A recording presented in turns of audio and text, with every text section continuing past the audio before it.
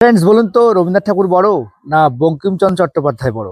কারণ এই বিতর্ক নতুন করে উস্কে দিয়েছে কেন্দ্রীয় সরকারের একটি বিজ্ঞপ্তিতে প্রকাশ হয়েছে, যেখানে যেখানে আমাদের ন্যাশনাল অ্যানথেম জনগণমন গাওয়া হয়, সেখানে সেখানে এবার প্রথম থেকে ন্যাশনাল সং বন্দে মাতরম গাইতে হবে। তো কেন বন্দে মাতরমের গাইতে বলছে কেন্দ্রীয় সরকার জনগণের আগে, আজকে কিন্তু আমরা ডিটেলস জানবো। দেখো, বন্দে মাতরম আমাদের ন্যাশনাল সং। এই গানটি 1875 সালে আমাদের বঙ্কিমচন্দ্র চট্টোপাধ্যায় লিখেছিলেন।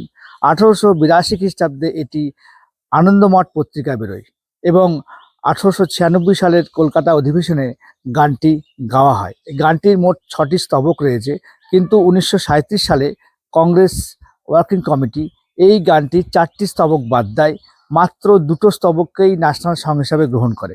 কেন 4টি স্তবক বাদ দেয়? কারণ ওই 4টি স্তবকে মা দুর্গা, মা সরস্বতী, মা লক্ষ্মীর কথা রয়েছে। এটা নাকি মুসলিম লীগ বারণ করেছিল যে এই গানটা সবার জন্যে গাওয়াটা বাধ্যতামূলক না করতে। সেজন্যই কংগ্রেস ইচ্ছা করে ওই 4টি স্তবক বাদ দিয়ে বাকি 2টো স্তবক গাইতে বলে। এবং 1950 সালের 24 জানুয়ারি সেইভাবেই গানটির 2টো স্তবকই আমাদের ন্যাশনাল সং হিসাবে গ্রহণ করা হয়। যেহেতু এবছর বন্দে মাতরম গানের 150 বছর হচ্ছে, সেজন্য কেন্দ্র সরকার বলেছে এই গানটির টোটাল যে 6টা স্তবক আছে, সেই 6টা স্তবকই গাইতে হবে।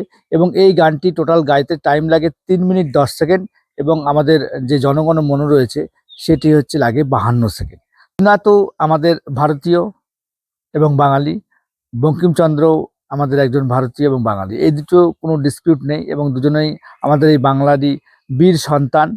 এবং এটা আমাদের গর্বে বুক ফুলে যায় যে আমাদের দুজন বাঙালির গান আজকে ভারতবর্ষে, একজনের গান জাতীয় ন্যাশনাল সং এবং আরেকজনের গান ন্যাশনাল অ্যানথেম। এটা কিন্তু খুব গর্বের জায়গা। সে আগে পরে যে যাই গায়ক না কেন, সেটা কোনো ব্যাপার না। ব্যাপারটা যেটা হচ্ছে দেশাত্মবোধ। দেশকে ভালোবাসতে গেলে দেশের মানুষকে ভালোবাসা শেখাতে হবে। দেশের মধ্যে যে সমস্ত জাতিভেদ রয়েছে, দেশের মধ্যে যে সাম্প্রদায়িকতা রয়েছে, সেগুলো কিন্তু আগে দূর করতে হবে। সেগুলো দূর করলেই কিন্তু আমরা আমাদের দেশকে সত্যিকারের ভালোবাসতে পারবো। আপনারা এই বিষয়ে কমেন্ট বক্সে জানাবেন যে আপনাদের কি মতামত এই বিষয়ে। Thank you, tata, bye by.